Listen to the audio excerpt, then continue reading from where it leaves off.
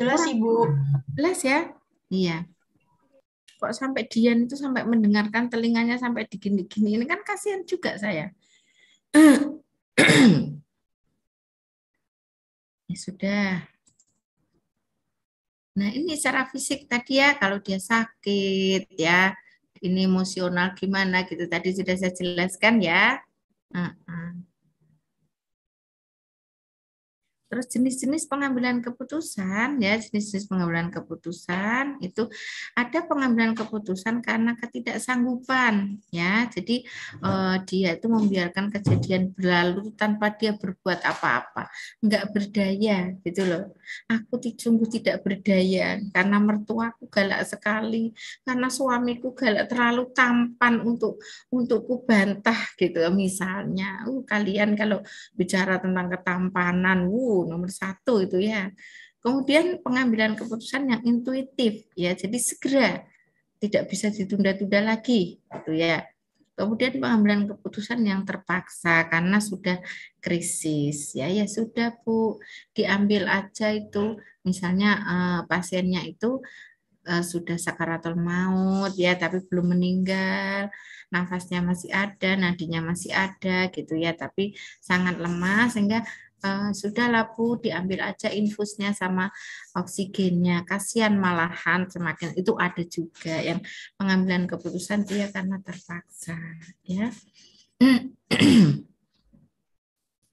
Kemudian ada pengambilan keputusan yang reaktif ya. Jadi ini dilakukan dalam situasi yang marah atau tergesa-gesa ya. Jadi biasanya pengambilan keputusan yang paling buruk itu adalah pengambilan keputusan yang reaktif. Tapi ini enggak juga, enggak semuanya buruk. Contohnya aja misalnya ada situasi yang memang harus segera mengambil keputusan, contohnya pemerintah misalnya ya. Oh, di sini kok ada apa namanya? Ada wabah gitu. Ya udah sekarang kayak gini gitu keputusan. Enggak terus pakai rapat dulu lah, kayak ditangguhkan nih loh bukan kepanggilan keputusan yang ditangguhkan ini dialihkan pada orang lain ya udah saya kayak presiden saya berikan kepada Pak Luhut nanti dikasihkan di gubernur masing-masing juga ditangguhkan untuk pimpinan daerah masing-masing kan kayak gitu masih sempat tapi kalau misalnya itu keadaan dari darurat nggak mungkin misalnya kayak ada perang gitu ya suasana perang nggak mungkin terus ya udah ini saya kasihkan nggak mungkin presiden dia langsung ya sudah perang kita lawan gitu misalnya kayak gitu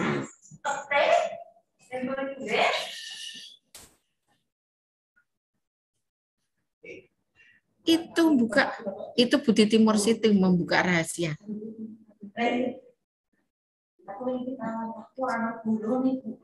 Kemudian pengambilan keputusan secara berhati-hati. Jadi ini dipikirkan baik-baik, dipertimbangkan, ada banyak pilihan. Nah, ini keputusan yang kita ambil sebagai seorang bidan itu lebih baik menggunakan pengambilan keputusan. Kalau menyelesaikan suatu masalah yang tidak urgent ya kita ambil keputusan secara hati-hati ya jadi harus dipikirkan secara baik-baik pertimbangkan segala pilihan ya.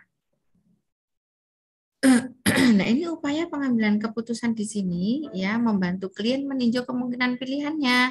Ya, jadi pasiennya tadi pilihannya apa aja, suruh ninjau lagi gitu ya.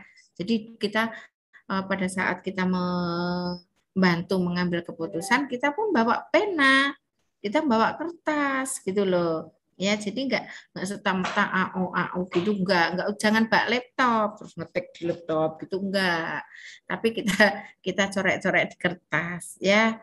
Kemudian membantu klien tadi dalam mempertimbangkan keputusan pilihannya. Misalnya tadi kalau masalah KB kan mau milih KB yang mana ya gitu ya. Yang sebentar ya Nak, sebentar.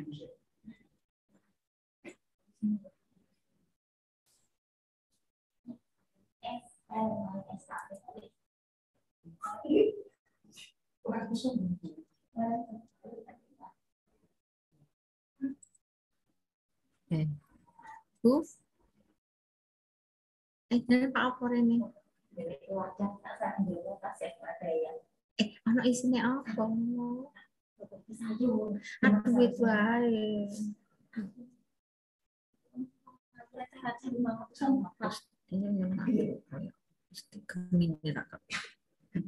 ditransfer.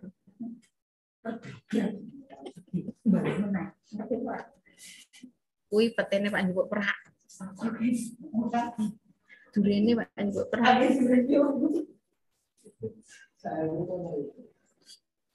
Bu, tolong aku titip kanggo Bu Iba kok.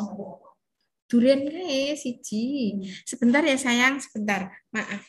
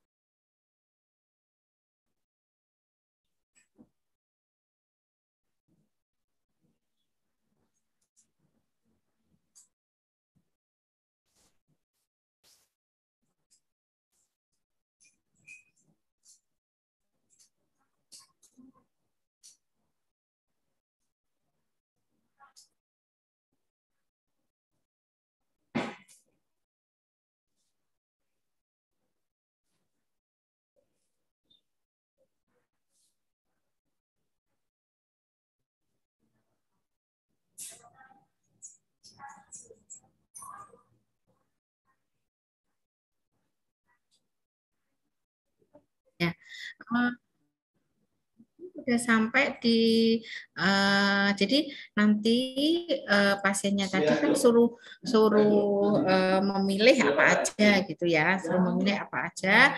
Kemudian dari pilihan-pilihan tadi itu disuruh mempertimbangkan kalau ini keuntungannya apa, kerugiannya apa. Jadi dari semua pilihan.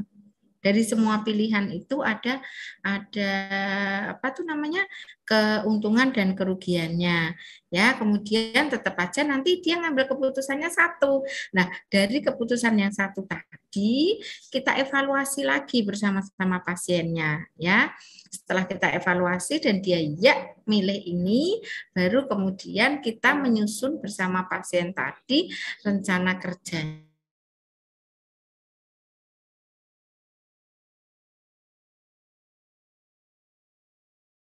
Jadi ada kalau nggak suntik ya pil. Ya lah, mau babaran di mana? Babaran di rumah sakit atau mau babaran di BPS gitu loh. Ah, saya mau babaran di bingung Bu saya gitu. Oh ya sudah. Sekarang kan babarannya kan ada dua nih, ada di rumah sakit dan ada di puskesmas gitu ya. Nah, sekarang kalau di puskesmas keuntungannya gitu ya. Kalau itu kalau terjadi sesuatu itu akan dirujuk ke rumah sakit. Itu loh, akan dirujuk ke rumah sakit. Kemudian keuntungannya itu dekat rumah, suami bisa nungguin di situ dengan bebasnya, ya toh anak-anak bisa terpantau gitu loh. Nah, kerugiannya kalau sudah di rumah sakit kan nggak bisa lagi, ya toh. Tapi di situ keuntungannya tadi alatnya lengkap, dokternya juga lengkap gitu ya. Terus gimana Bu? Kira-kira Ibu Mau milih yang mana? Oh, saya milih di rumah sakit. Oke, memilih di rumah sakit. Jadi nanti ibu milih di rumah sakit sehingga nanti kalau terjadi sesuatu ya, misalnya bayinya ada sesuatu juga bisa dimasukkan di inkubator, ibunya juga diperiksa sama dokter-dokter spesialis gitu ya Bu ya. Gimana? Sudah Ibu memilih itu? Iya milih itu. Oke, kalau milih itu sekarang Ibu mulai sekarang siapkan ya kartu BPJS-nya, surat rujukannya, siapa nanti yang jadi pendonornya, transportasinya mau pakai apa, karena kan jauh dari rumah gitu loh. Terus mulai disiapkan juga nanti di rumah anaknya yang jaga siapa, itu mulai sekarang disiapkan ya Bu ya, gitu loh. Itu berarti kan sudah betul-betul sangat teliti, hati-hati keputusan yang diambil tadi, ya. Nah, di dalam pengambilan keputusan itu dikenal dengan 3K-nya, ya. K yang pertama adalah kondisinya, K yang kedua adalah kehendak, K yang ketiga adalah konsekuensi. Jadi, kalau mau membantu pengambilan keputusan, strategi yang pertama, K pertama adalah kondisi. Caranya bagaimana? Kalian tanya, jadi mengkaji, dikaji, ya. Jadi dianamnesa, bukan terus pasiennya misalnya datang langsung, Bu, saya bingung Bu, ini mau bebaran di rumah sakit atau mau bebaran di puskesmas? Ya gini Bu, Ibu gimana? Kalau di rumah kayak gini, enggak, tapi ya sudah nama Ibu, nama, umur, alamat, HPHT, jadi semua sampai dengan keluhan dan pokoknya kondisi sampai dengan ditanya anaknya berapa, di rumah sama siapa, pekerjaannya gimana gitu tuh loh, Dik. Semua ditanya sehingga kalau kita sudah tahu kondisi, kira-kira Bu Bidan tadi tahu arahnya enggak? Di pikiran ada arahnya enggak? Wah, nih ini yo bisa lah bebaran di puskesmas. Kalau kayak gini bisa lah ini harus kalau ini harus bebaran di rumah sakit gitu. Bu bidannya tuh di dalam hati, di dalam pikiran sudah itu kan? Iya enggak? Sudah ada pemikiran mau ke situ. Tapi boleh enggak bu bidannya tadi? Oh, kalau kayak gitu ya jenengan kudu bebaran di rumah sakit. Enggak bisa jenengan itu, Bu. Enggak. Ya tah? Ada gambaran sayang, ada gambaran enggak? Ada Ibu. Ada ya. Nah, baru kemudian yang kedua dari pilihannya tadi, kehendaknya tadi kita tulis, kita kasih tahu kelebihannya, kita kasih tahu kekurangannya, gitu loh. Kita kasih tahu, kita hanya memberitahu, bukan melakukan penyuluhan. Beda ya sayang ya, beda loh. Nah, yang ketiga tadi konsekuensi dari tiap pilihan tadi ya. Jadi kehendak tadi dia mau gimana ditulis aja sama kita ya. Baru kemudian K yang ketiga adalah konsekuensi dari tiap pilihannya tadi.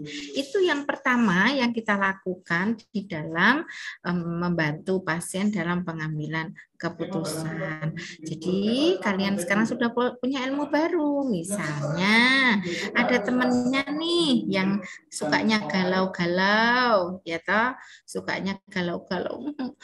Aku diputus gitu misalnya. Ya, aku diputus. Wow, diputus ya. Terus sedih gitu ya. Oke, terus kapan diputus? Kemarin masalahnya apa? Ini kan kita tanya dulu, nggak terus oh, aku diputus ya lah, cari lagi gampang gitu, enggak ya enggak. Jadi harus tahu kondisinya dulu. Nah, baru daftar kehendaknya. Terus kamu sekarang maunya gimana? Nggak tahu ya, nggak ada pilihan ya. Cangkring. Iya, iya. Nggih, siap.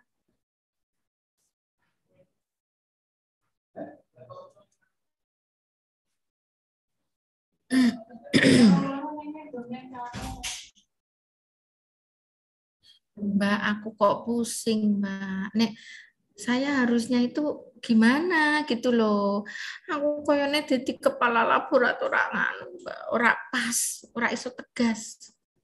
Anane me emosi aku eman-eman tensiku ki Mbak. Aku eman-eman urepku, eman-eman bojoku, eman-eman anakku. Aduh, rasanya pengen nangis deh.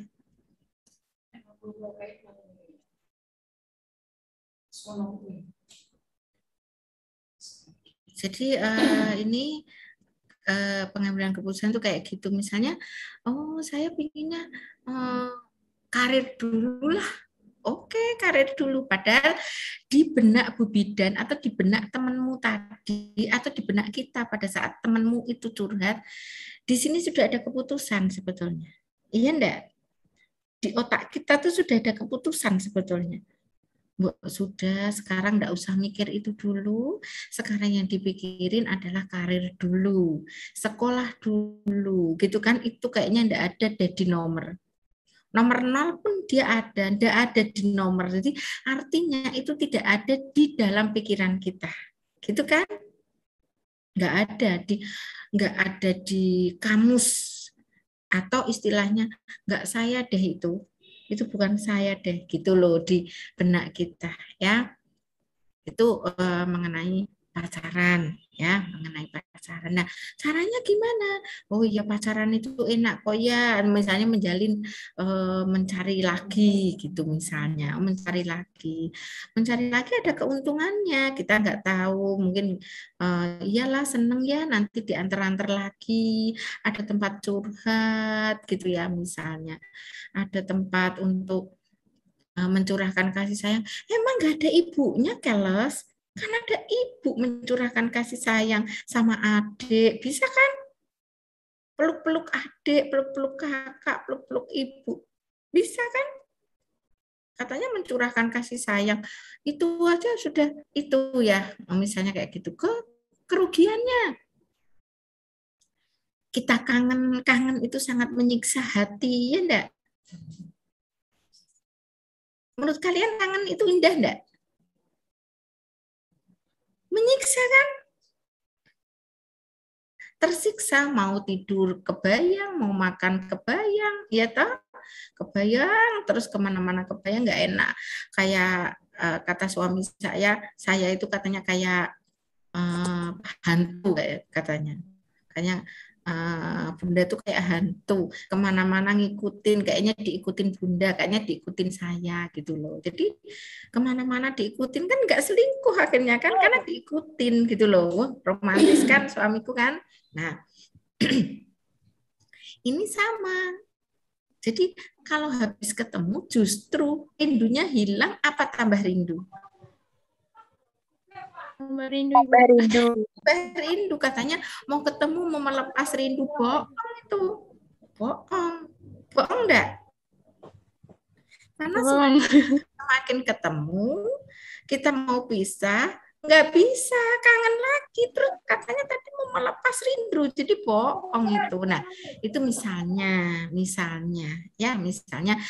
dari konsekuensinya seperti itu justru menyiksa, justru kita tidak bisa konsen dalam belajar gitu ceritanya. Nah sekarang pilihan yang kedua kita belajar keuntungannya itu. Keuntungannya kita baik ya perbanyak keuntungan itu, tapi kerugiannya kasih gitu. Ya, kira-kira gimana? Dari keterangan ibu ini ada gambaran nggak? Atau bingung? Halo, ada gambaran Bu? Ada gambaran terpaksa atau ada gambaran memang betul-betul 3K ini masuk di hati?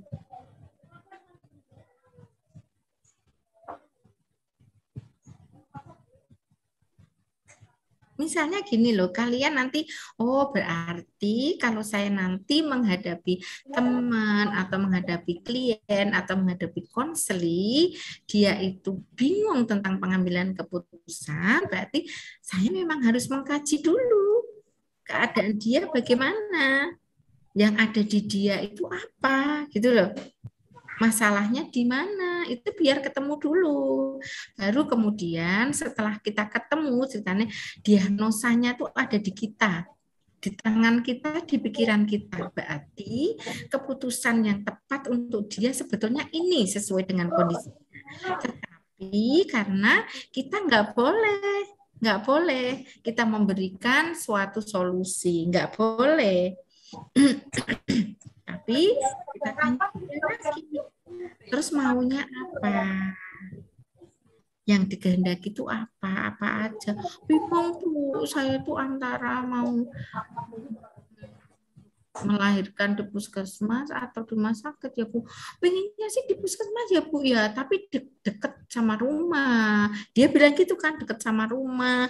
Enggak itu. Saya tuh takut Bu kalau di rumah sakit itu ada suara-suara kayak susternya sepatunya kotak-kotak lah apa gitu loh misalnya. Tapi yang mengerti di sini kalau terjadi apa-apa kan harus sakit Bu. Nanti kalau telat gimana anak saya? Nah, berarti dia tuh dalam kebingungan gitu loh.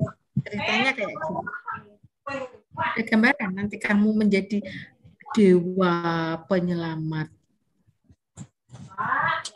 dewi penerang, tapi jangan malah menambah kegelapan. Ya toh?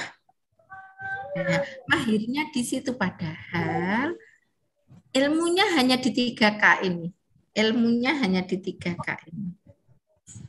Ya, kita tahu kehendaknya apa. Nah, nanti kalau ada konsekuensinya, ini konsekuensi ini, sehingga kalau dia memilih ini, memilih ya sudah mending di rumah sakit mahal nggak apa-apa, itu sesuai dengan harapan kita. Kalau misalnya tidak sesuai dengan harapan kita, dia milih puskesmas misalnya. Berarti ya sudah, berarti ini Ibu sudah siap dengan konsekuensi. Kan nanti ada apa-apa sama bayinya, sama itunya gitu.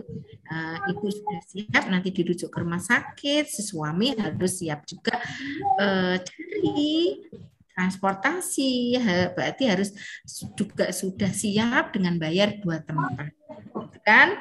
Sambil senyum, tapi sebetulnya sadis banget.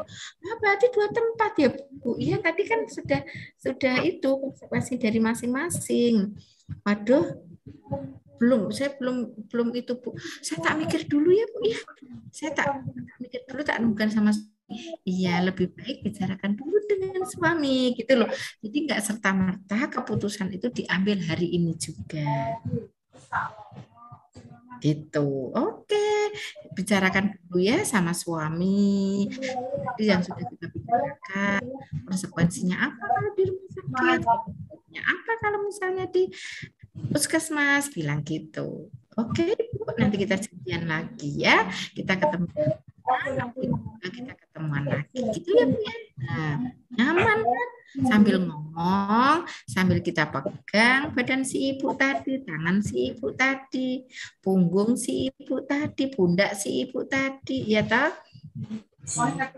Sambil kita meseni, ya hati-hati jalan ya Ibu ya, semoga Ibu sehat, ibunya juga sehat, nanti persalinan. Kan top Marco top otop besok lagi lagi. Nanti ya Bu ya, saya bicarakan dengan suami. Oh gitu. Ya udah. Makanya ke sini tuh bicarakan dulu, pikir yang matang dulu. Nggak langsung ke sini. Bicarakan aja dulu. Jangan ke sini dulu kalau belum matang sama suami. Waduh, Bu bidannya kok jadi apa? Ya silakan. Mau misalnya nanti datang lagi ternyata masih mentah lagi, apa yang kita lakukan? Ya kita terima, welcome. Enggak apa-apa, padahal nengati yang gondok banget ya Allah. Saya tuh hari ini sebetulnya mau diajak piknik. Mampu saya batalkan janjian sama pasien.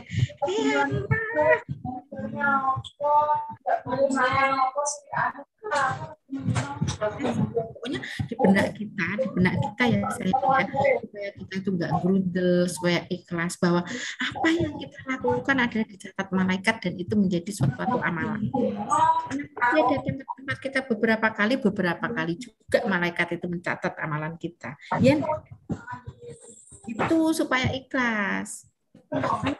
Piknik dapat amalan? Enggak, ada kemungkinan di situ ditemani sama setan mubadir. Gitu ceritanya. Waduh, lari agama kayak gitu, agama berbagi ya sayang ya, Mak Nyai berbagi. Nah, ini perbedaan antara nasihat dengan konseling.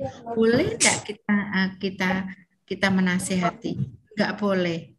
Jadi di dalam konseling kita tidak boleh menasehati, tapi kita apa itu namanya memberitahu. Jadi memberitahu. Kan beda kalau nasihat kan.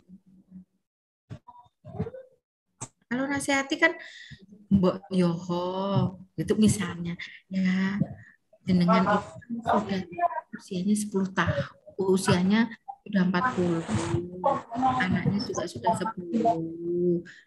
Itu kan yo repot kan.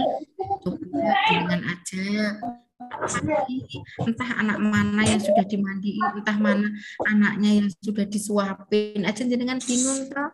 Nah, makanya supaya anaknya itu kopek, karena anaknya jadi nah itu namanya nasihat atau konseling.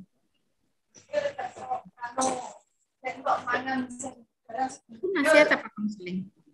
Nasihat itu. Nasihat. Kayaknya kita berlaku kayak ahli ya, kayak ahli.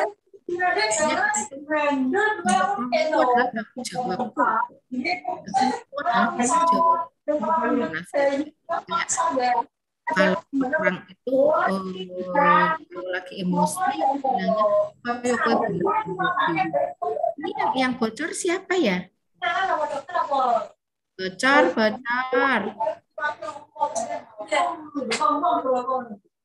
Tolong saya.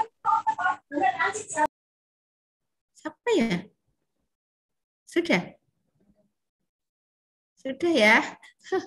Bocor ngomongnya kok banter sekali. Gitu ya.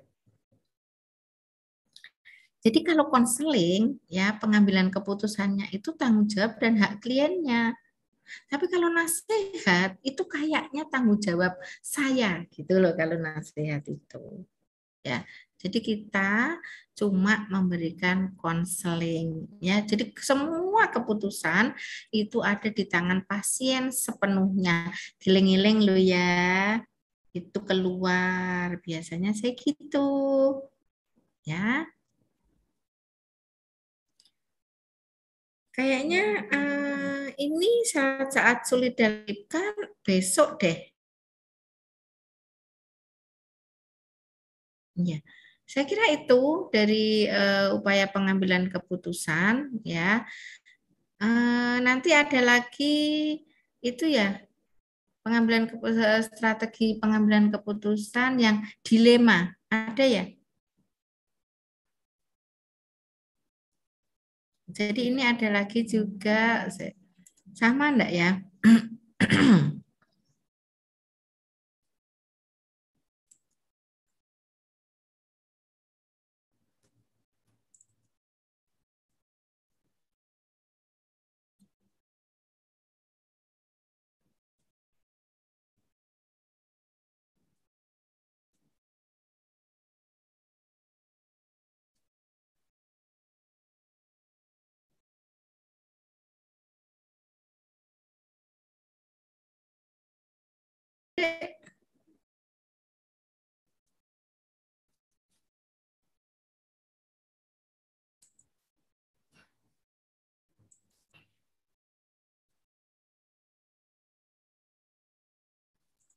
Saya kira itu untuk strategi pengambilan keputusan. Ada yang mau ditanyakan? Izin bertanya, Ibu. Iya, siapa? Ibu, perkenalkan nama saya Ina Nabila, nomor absen 18. Ibu, misalnya ada pasien yang datang ke kita, terus kita sudah mencoba menjelaskan tentang 3K tadi ya, untuk mengambil keputusan gitu. Tapi sang pasien tuh tetap menyerahkan segala keputusannya ke kita gitu. Apakah kita berhak menentukan keputusan gitu, Bu? Tapi kan padahal sebenarnya keputusan itu sebelumnya kita kembalikan ke pasien gitu Bu, karena pasien tuh kurang paham gitu, atau kita mencoba menjelaskan ulang gitu Bu. Ya, pertanyaan yang bagus sekali ya. Jadi ini kembali lagi, ini kembali lagi. Mungkin ada teman yang mau bantu? Ada teman yang mau bantu mungkin? Bantu jawab dari pertanyaan Gina? Ada?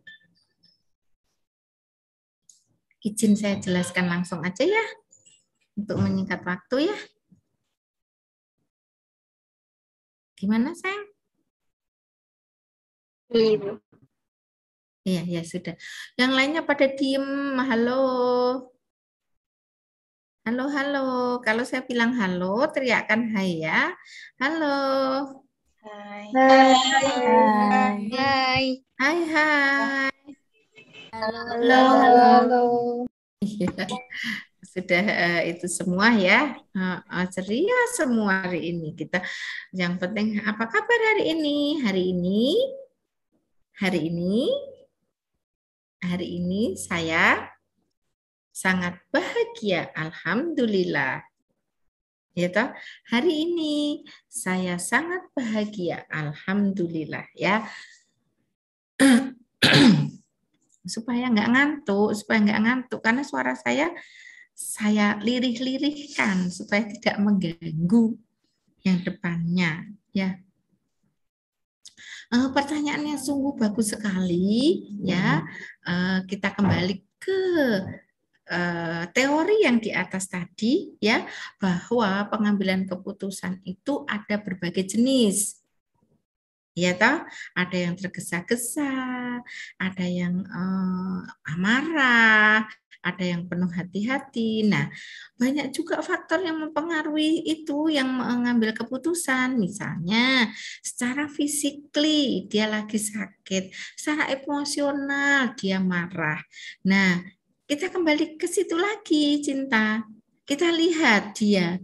Kenapa dia memasrahkan keputusan itu ke kita? Kan kita lihat, oh ternyata dia sedang tidak berdaya, mau buka mata aja sudah sulit gitu loh, sudah sulit, sudah pusing sekali, nggak ada yang menemani di situ. Kita jelasin 1000 kali pun dia akan pasrah sama kita. Ya toh? Misalnya gini, ibu ini mau dioperasi, misalnya sakitnya itu loh, mau operasi atau mau obat jalan. Dia keadaannya fisiknya itu lagi lemah sekali, lagi sakit sekali. Walaupun kita itu sudah menjelaskan ya tadi pilihannya, kekurangannya, kelebihannya, terus dia akhirnya bilang pasrah, ya sudah. Tapi kita sebetulnya punya keputusan. Halo Gina. Iya Bu. Punya keputusan kan, Gina punya keputusan. Kalau keadaannya kayak gini tuh memangnya harus dioperasi, tapi kita nggak boleh gitu loh. Karena masih ditunda pun itu nggak apa-apa, belum urgent banget harus operasi sekarang gitu misalnya. Kan kita kasih tahu kalau ibu obat jalan, ibu nanti ke sini keuntungannya memang lebih murah ya Bu ya, karena kalau ibu minum obat pun itu penyakitnya akan berkurang. Ibu dengan makan, dengan ini itu bisa nanti mengurangi sakit dan bisa menyembuhkan, gitu kan? Kerugiannya berarti ibu harus selalu kontrol ke sini setiap 7 hari. Ibu harus pikirkan itu ya, transportasinya, siapa nanti yang mendampingi, dan lagi, nah karena kita tidak menginginkan dia obat jalan, kita nggak menginginkan obat jalan misalnya, dan lagi ibu harus mengkonsumsi obat, sedangkan obat itu sama dengan zat kimia yang lama-kelamaan itu juga bisa meracuni tubuh. Dari situ aja kita menolak untuk dia berobat jalan, ya toh, halus. Minum dulu ya.